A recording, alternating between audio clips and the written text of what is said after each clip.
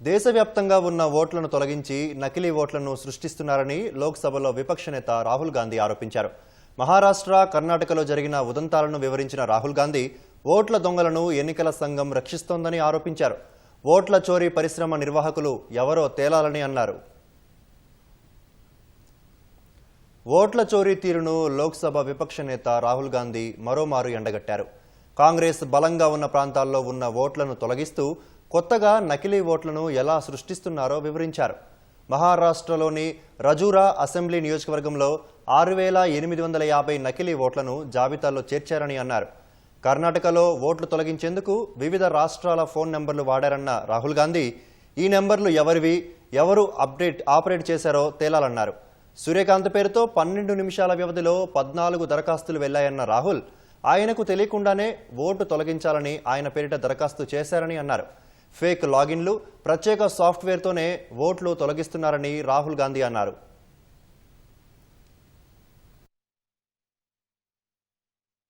Anand is constituency in Karnataka, 6,018 votes. Somebody tried to delete 6,018 votes.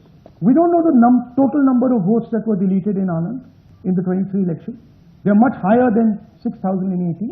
Somebody got caught deleting 6,018 votes. And it was caught, like most crimes, by a coincidence. What happened was, booth level officer there noticed that her uncle's vote was deleted. And so she checked who deleted her uncle's vote, and she found that it was a neighbor. पड़ोसी ने uncle का vote delete किया था. उसने जाके पड़ोसी से पूछा कि आपने मेरे अंकल का वोट क्यों डिलीट किया. पड़ोसी ने कहा मैं तो जानता ही नहीं, मैंने तो कुछ वोट डिलीट ही नहीं किया. Neither did the person deleting the vote know, nor did the person whose vote was deleted know. Some other force hijacked the process and deleted the vote.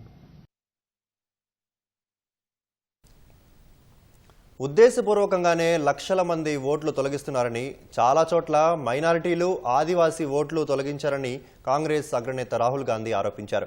ఓట్ల తొలగింపుపై తమ వద్ద ఆధారాలు ఉన్నాయని అన్నారు.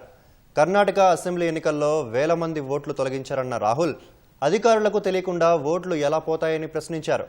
ఓట్లు తొలగించేందుకు కొందరు వ్యక్తులు వ్యవస్థను హైజాక్ చేస్తున్నారని అన్నారు. ఓట్లు తొలగించాలంటూ ఓటర్లకు తెలియకుండానే దరఖాస్తు చేస్తున్నారని ఆరోపించారు. కాంగ్రెస్ బలంగా ఉన్న చోట్ల తమని టార్గెట్ చేస్తున్నారన్న కాంగ్రెస్ అగ్రనేత ఓట్ల తొలగింపు ప్రక్రియ వివిధ రాష్ట్రాల్లో కుట్రపూరితంగా కొనసాగుతోందని అన్నారు. ఇవన్నీ ఆరోపణలు కాదని పక్కా ఆధారాలతోనే చెబుతున్నారని అన్నారు.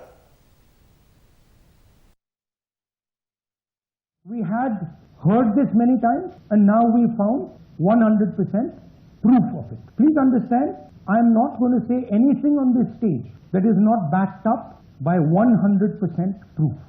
I am somebody who loves my country, I love my constitution, I love the democratic process, and I am protecting that process. And so I am not going to say anything here that is not going to be based on 100% proof that you can determine.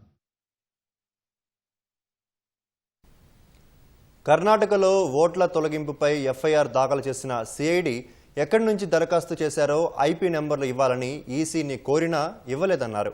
18 నెలల్లో CID 18 లేఖలు రాసినా స్పందన లేదన్నారు. Karnataka CID అడిగిన వివరాలను వారంలోగా ఇవ్వాలని ఈసీని కోరుతున్నామన్నారు.